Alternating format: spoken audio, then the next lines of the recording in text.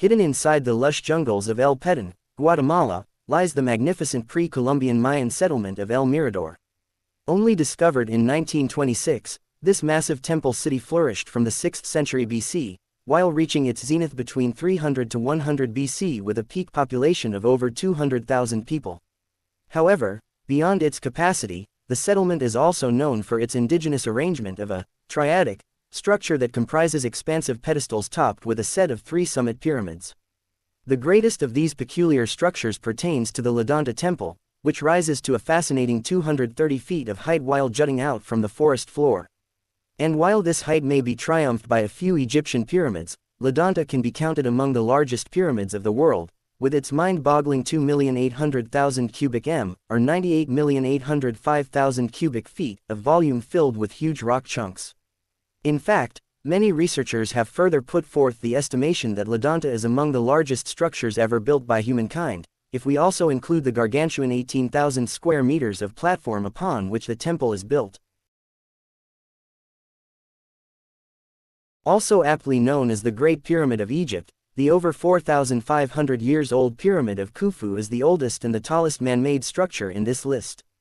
As a matter of fact, it held the record for the tallest architectural specimen even created by humankind for over 3,800 years, until toppled by the Old Street Paul's Cathedral in 1240 AD. Interestingly, beyond just the height currently specified at 455 feet, due to soil erosion, it is the gargantuan volume of the pyramid that has baffled many a historian and engineer over the years. To that end, the monumental giant has a base area of around 570,000 square feet and a gargantuan volume of 88 million cubic feet, or 2.5 million cubic m, that accounts for an extraordinary 5.9 million tons of mass. This extraordinary scope was achieved by the use of 2.3 million stone blocks ranging from 2 to 30 tons, that equates to an average of 800 tons of stones being installed each day, with 12 stones being painstakingly yet precisely arranged every hour. Mysteriously enough, in spite of such grandiose credentials, archaeologists have never been able to find any mortuary remains of Pharaoh Khufu, or Cheops in Greek, or any other kingly remains inside the massive structure. In fact, the only surviving portraiture of Khufu, the second pharaoh from the 4th dynasty, pertains to a tiny 3-inch ivory figurine that was discovered separately from the pyramid in the early 20th century.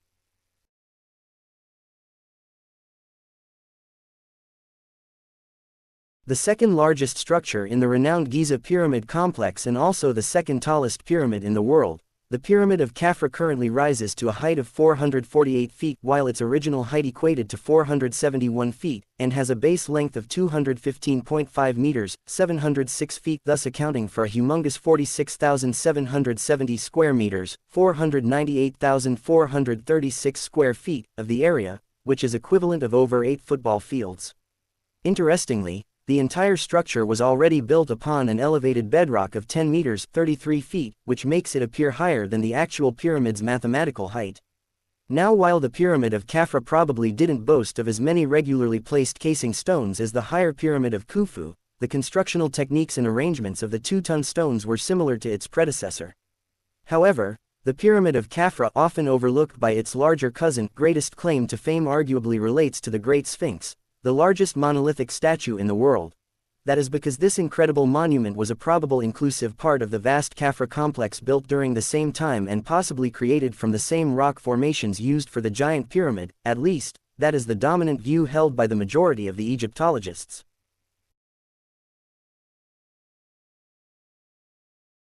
The Yongning Temple was supposedly constructed in the early 6th century under the patronage of Empress Dowager Hu. Originally located in Luoyang City, not much is known about the structure other than some anecdotes that describe its apparent extravagance. On account of such literary evidence, like Yang Xuanji's records, the temple was built like a magnificent palace that also encompassed a royal gate, massive walls, and over 1,000 monk dormitories. These imposing spatial components were visually defined by gilded red paint while being embellished with gold nails, chains, and bells. 130 of these bells were supposedly arranged at the 4 corners of the complex, and their collective chiming was said to be heard over miles away on particular windy nights. However, beyond just the grandeur of the architecture, the pièce de résistance of the temple complex is arguably related to the incredibly large Yongning Pagoda that rose to 448 feet in height.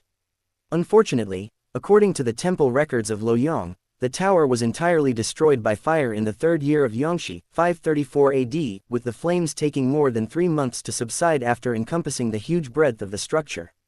Later on, the Mongols may have played their part in vandalizing the rest of the majestic architectural specimens.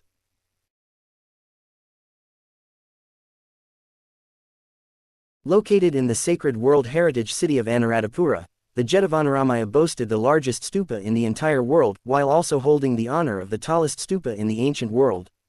When translated to sheer figures, the originally 400-foot-tall stupa accounted for an astronomical base area of 233,000 square meters, 2,508,000 square feet, which is equivalent to 43 football fields. This massive structure was estimated to be constructed from 93.3 million baked bricks, each of which could withstand loads of up to 166 kilograms, with one side of the enormous stupa measuring 576 feet, 176 meters, in length. Suffice it to say, the Jetavanaramaya compound also pertains to a massive area, which accounts for 5.6 hectares that had housed over 10,000 Buddhist monks in its heyday. And intriguingly, the majestic size of this stupa was fueled by religious tensions between the Theravada and Mahayana sects of Buddhism.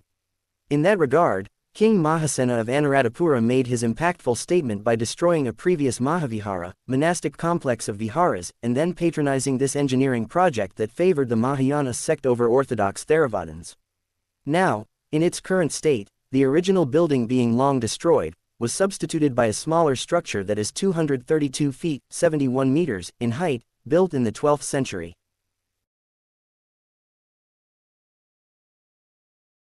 One of the rare instances of Greek architecture that went beyond the human scale to godly dimensions, the Lighthouse of Alexandria, also known as the Pharos of Alexandria, constructed by the Ptolemaic kingdom, may have been the tallest structure in the ancient world, with some accounts mentioning its height to soar up to an incredible 492 feet.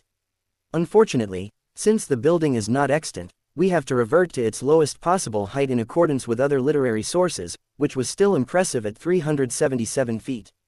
Now, in terms of design, the Lighthouse of Alexandria, built from light-hued stone blocks, was vertically divided into 3 components: the lowermost and broadest square section with 4 huge facades, the thinner middle section with an octagonal plan, and the uppermost slimmest section with a circular plan.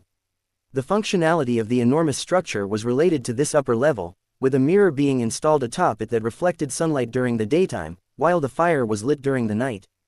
And given the sheer volume of the facades, the arranged stone blocks of the ancient lighthouse were supposedly reinforced with molten lead so as to withstand the force of the incoming sea waves. Given such advanced engineering credentials, it comes as no surprise that the Lighthouse of Alexandria was considered one of the 7 wonders of the ancient world.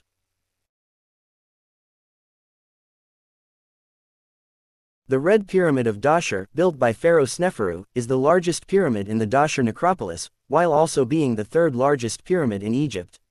More importantly, from the architectural standpoint, the Red Pyramid might have been the first successful attempt by Egyptian engineers and workers to create a smooth-sided pyramid that went beyond just the visual impact. Some of these special white Tura limestone casings are still visible along the base of the large structure. The other interesting feature of the monument pertains to its shallow 43-degree built angle that endows the entire form with a squat appearance in spite of its impressive size. In fact, the base area of the structure accounts for 48,400 square meters, which is equivalent to almost 9 football fields. Interestingly, the very name Red Pyramid comes from the slightly reddish hue of the limestone facades that are exposed after the wearing out of the originally smooth casing stones. Oddly enough, the locals refer to the Red Pyramid as El Haram El Watwat, which roughly translates to the Bat Pyramid.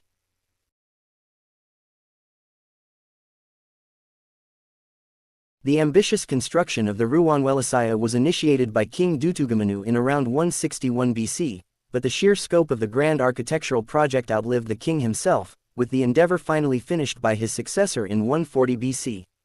The enviable dimensions of the stupa speak for themselves, with the massive tapering dome originally rising to 300 feet, while also having a diameter of around 295 feet, 90 meters, and a circumference of 950 feet, 292 meters.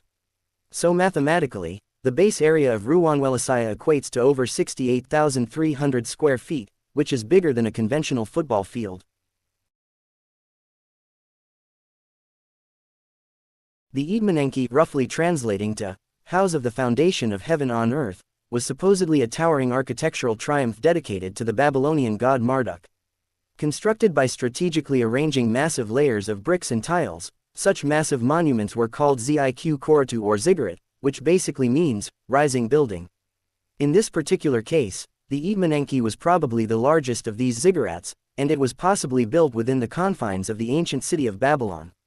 To that end, many researchers have likened it to the actual Tower of Babel mentioned in the biblical book of Genesis, with the literary work pointing to the geographical location of the legendary structure. Interestingly, beyond biblical hyperbole, the description of the Eatmanenki was also found in a cuneiform tablet from Uruk, dating from 229 BC. In accordance with this literary evidence, the entire monument was composed of 7 terraces, and they collectively rose to a height of 91 meters. But arguably more impressive was the ground floor plan of this gargantuan ziggurat, which measured over 8,200 square meters, or 89,000 square feet, in the area, thus being equivalent to over 1.5 times a conventional football field. Furthermore, the entire complex boasted of an imposing triple gateway system, with their visual impact showcasing considerable level differences between the entrances, thus alluding to the ambit of a stairway to heaven. A former Buddhist temple in the city of Jeongju, South Korea, the Wangryongsa was probably both the tallest structure in East Asia and the tallest wooden structure in the world during the time of its completion. Designed as a symbolic representation of state-sponsored Buddhism, the very term Wangryongsa refers to the Golden Dragon Temple, and it was ceremoniously constructed as an order by King Jinhung, who ruled from 546 AD. According to legends, the first proposal put forth by the ruler pertained to a royal palace. But the plan was immediately scrapped in favor of a magnificent temple when a dragon was encountered on the site. However, given the humongous scope of the endeavor, the temple was apparently not completed until 644 AD. And later on, a 9-story wooden pagoda reinforced by 8 stone pillars and 60 foundation stones, was added to the 18-acre temple complex, and it rose to an impressive height of 262 feet. Unfortunately for both the temple and its conspicuous pagoda, the entire structure was probably destroyed by the rampaging Mongols who invaded Korea in 1238 AD.